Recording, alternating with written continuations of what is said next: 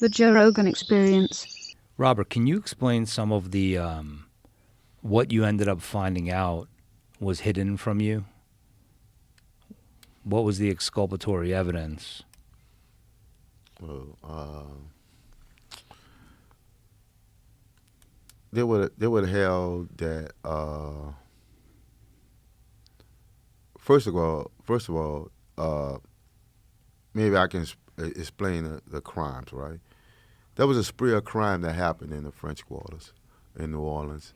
It was, I think, 3 armed robberies, a rape and a kidnapping, and a murder was tied to that. So they took all these crimes and said it was a part of a spree. All right, they had a car that was involved in the crime, and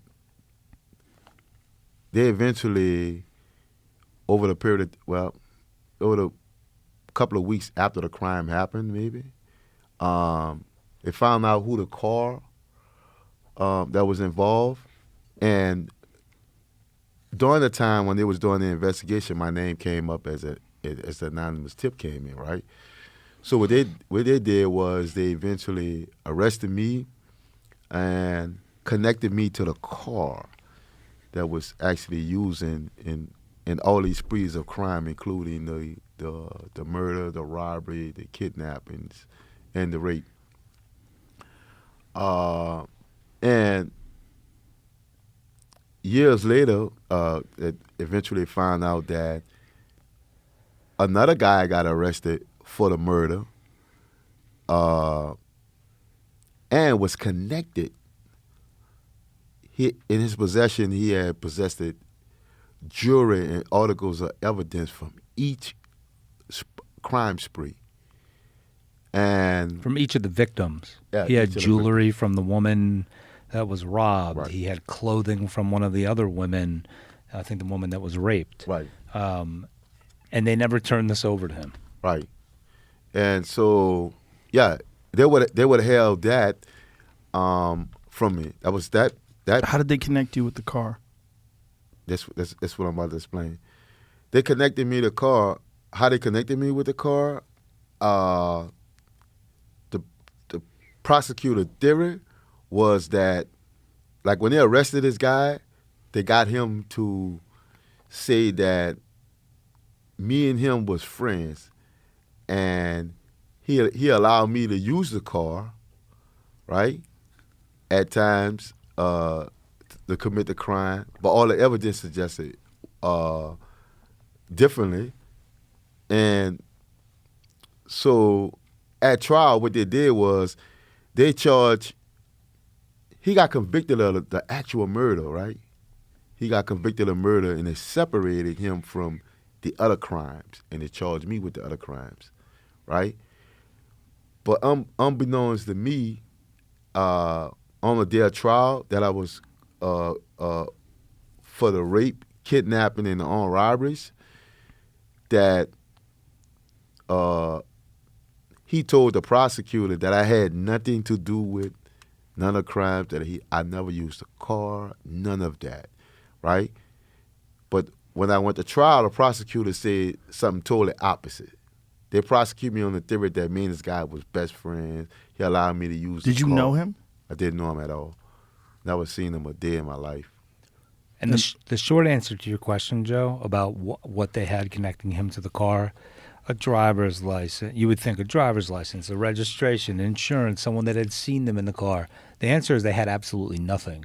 They had a word. They had the word of a guy that had been accused and tied to these murders, who was looking to put it on someone else. So how did he put it on you, though? He found out that there was a tip Right. implicating him. Right. Right. Absolutely.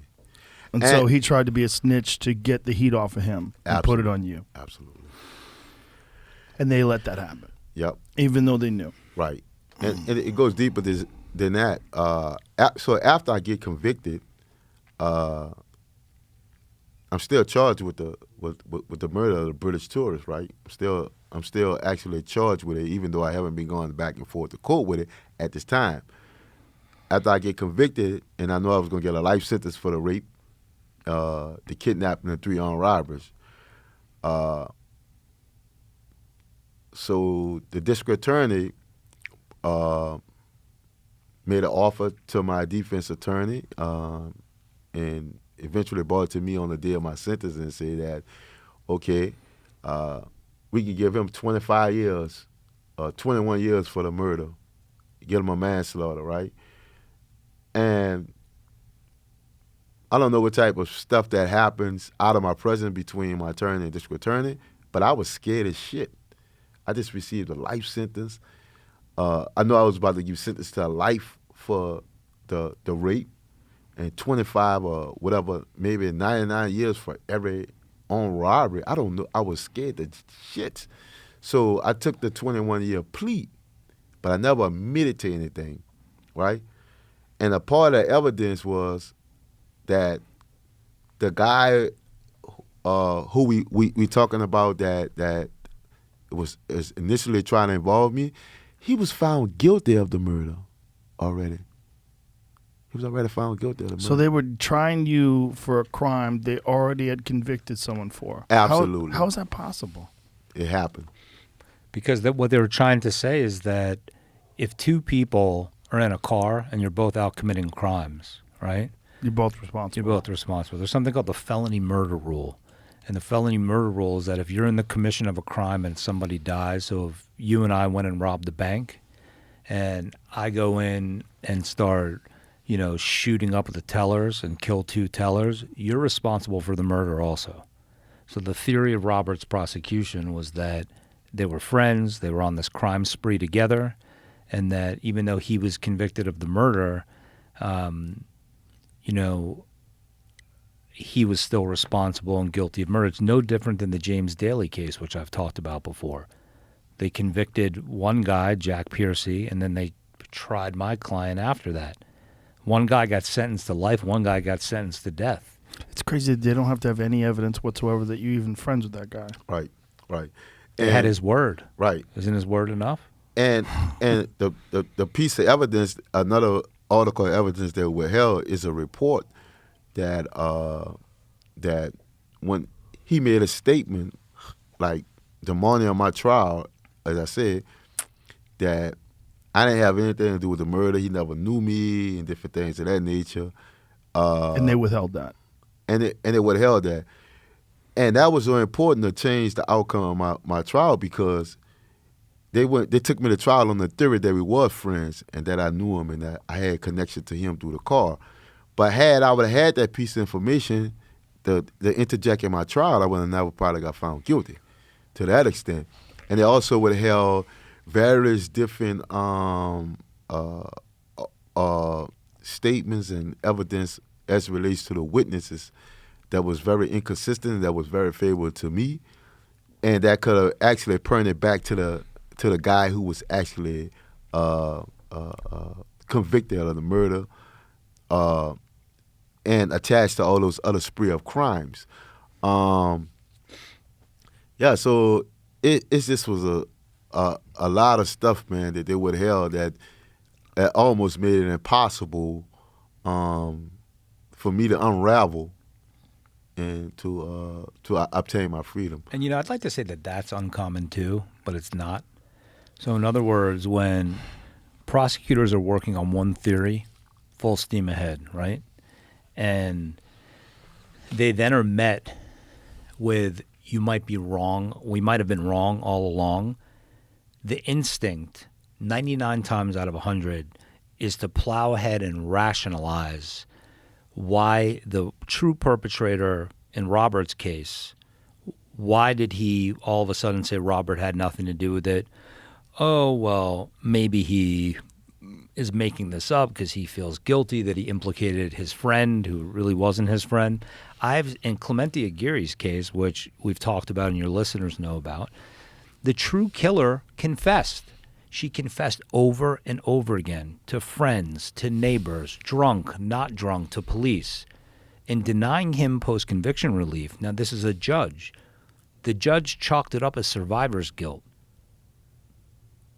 So in other words, whether it's a prosecutors, judges, they'll make an excuse to protect the prosecution because it's all about winning or losing. Let's talk about that. What is that? Is that human nature? Is it like, do people just want to confirm their initial suspicions and they rationalize all sorts of reasons why what they initially thought was right and this new evidence that shows that it's not right is wrong? Like, what is it? Is it they don't want to be, they don't want to lose? I think it's a fundamental flaw that we have as human beings that I share. As a Taurus, I especially share it. How dare you bring up astrology? But I'm stubborn, but I think as I see this time and time again and watching juries deliberate, because I do mock trials and focus groups or speaking to people post verdict, but you can apply it to politics, to anything. To anything. I think one fundamental flaw we have as mammals is our inability to be flexible in our reasoning. And I think that once we make a decision about something, it's very, very difficult to get people to reconsider. I see that in really intelligent people too, and it makes me sad. It's maddening. Yeah. It's maddening. It drives me crazy. Yeah. Because it's like you aren't the part of the problem, I think, with police, with prosecutors, with the whole legal system is that it becomes a game. And I don't mean a game like it's a joke. I mean a game like you're trying to win. Yes. And whenever someone is involved in something where they're trying to win, they do whatever the fuck they can. People cheat. They move golf balls, right? They do whatever the fuck they can. Don't look at Jamie.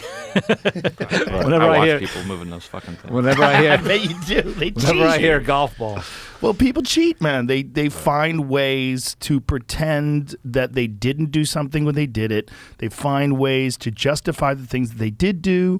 They find ways to pass the buck and put it on. If they can score that W, right? And you see cops do it.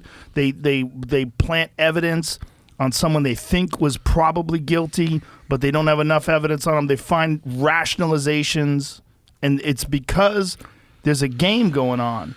It's a win or lose, and it becomes a real problem. And not only that, with a lot of cops, there's quotas. Like, you literally have to arrest a certain amount of people. Right. Which is insanity. Like, Right. what the fuck do they do if no one commits a crime? What do they do if no one speeds? If you have a quota where you have to arrest 100 people for speeding, what the fuck do you do if everybody makes an agreement? We all get on Facebook and we say, hey, let everybody drive the fucking speed limit for the next 60 days and let's crush the legal system, because these cops have to make a certain amount of pullovers. They have to pull a certain amount of people over and write a certain amount of tickets. They have quotas. If you don't meet those quotas, they get in trouble. So what the fuck kind of game is that? Right. I would say a lot of just like we have structural racism, right? And when I say structural racism, I mean like institutional things that set up through regulation, rules, and policies. Like redlining. Right. And you just have like flawedness in a variety of different systems. They got people that work for companies. They got a lot of flawedness, and they don't really understand that you're employed in a system that treat people unfair, calls people home, and you can't even see it. And some people can be a part of a system, a part of a program, or a part of an organization that have that win mentality, right? That win-win by all costs mentality, and they lose their empathy for people. Right. And when people lose their empathy, when we define those things, and a lot of people don't like to hear this type of shit, but when you lose your empathy for people, you become technically a sociopath. Watch the entire episode for free only on Spotify.